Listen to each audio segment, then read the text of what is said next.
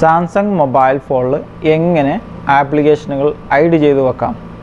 നിങ്ങളുടെ മൊബൈൽ ഫോണിൽ നിങ്ങൾ യൂസ് ചെയ്യുന്ന ആപ്ലിക്കേഷൻ മാത്രം മൊബൈൽ ഫോണിൽ വെച്ചിട്ട് ബാക്കിയെല്ലാം ഹൈഡ് ചെയ്ത് വെക്കാം. അപ്പോൾ എങ്ങനെയാണ് ഹൈഡ് ചെയ്യലെന്ന് ഈ വീഡിയോയിൽ കാണിച്ചു തരുന്നതായിരിക്കും.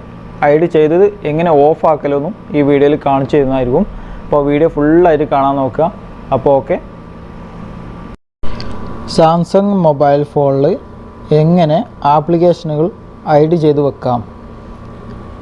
നിങ്ങളുടെ മൊബൈൽ ഫോണിൽ ഉള്ള ആപ്ലിക്കേഷനുകൾ ഹൈഡ് ചെയ്ത് വെക്കാനായിട്ട് നിങ്ങൾ ഈ ഒരു ഡിസ്പ്ലേ ഫ്രണ്ട് ഭാഗത്തായിട്ട് വരിക. അതിനുശേഷം ഒരു വിരൽ ഉപയോഗിച്ച് ടച്ച് ചെയ്താൽ ഇവിടെ സെറ്റിങ്സ് എന്ന് കാണും. സെറ്റിങ്സ് ക്ലിക്ക് ചെയ്യാം. അതിനുശേഷം ഹൈഡ് ആപ്സ് എന്നുള്ള ക്ലിക്ക് ചെയ്യാം. ഹൈഡ് ആപ്സ് എന്ന് ഇവിടെ എഴുതി വെച്ചിട്ടുണ്ടാവും. ഹൈഡ് ആപ്സ് എന്നുള്ളത് ക്ലിക്ക് ചെയ്താൽ ഇവിടെ കാണാം. ഇവിടെ ഒരുപാട് ആപ്ലിക്കേഷനുകളുണ്ട്. നിങ്ങളുടെ മൊബൈൽ ഫോണിലുള്ള ആപ്ലിക്കേഷനുകളെല്ലാം ഇവിടെ കാണിക്കും.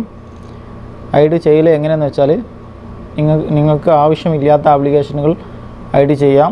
അതുപോലെ ആവശ്യമുള്ള ആപ്ലിക്കേഷനുകൾ മൊബൈൽ ഫോണിൽ വെച്ചിട്ട് ബാക്കിയെല്ലാം നിങ്ങൾക്ക് ഹൈഡ് ചെയ്യാം. അങ്ങനെയും പറ്റും. അതുപോലെ ഇതെങ്ങനെ ഹൈഡ് ചെയ്യലെന്ന് വെച്ചാൽ നമ്മൾ ക്ലിക്ക് ചെയ്ത് കൊടുക്കുക. ഓരോ ആപ്ലിക്കേഷനും അങ്ങനെ ക്ലിക്ക് ചെയ്ത് കൊടുത്തു കഴിഞ്ഞാൽ ഹൈഡ് ചെയ്തത് വേറൊരു ഭാഗത്തേക്ക് മാറും. മേളിലായിട്ടുള്ളത് ഹൈഡ് ചെയ്തതാണ്. ഇവിടെ ഹൈഡ് ആപ്സ് എന്ന് എഴുതി വെച്ചിട്ടുണ്ടാവും. അതുപോലെ ഓൾ ആപ്സ് എന്ന് എഴുതി വെച്ചിട്ടുണ്ടാവും. ഇതെല്ലാം മൊബൈൽ ഫോണിലുള്ളതും ഇത് ഹൈഡ് ചെയ്തതുമായ ആപ്ലിക്കേഷനുകളാണ്. അപ്പോൾ ഞാൻ കുറച്ച് ആപ്ലിക്കേഷനുകൾ ഹൈഡ് ചെയ്യാൻ പോവുകയാണ്.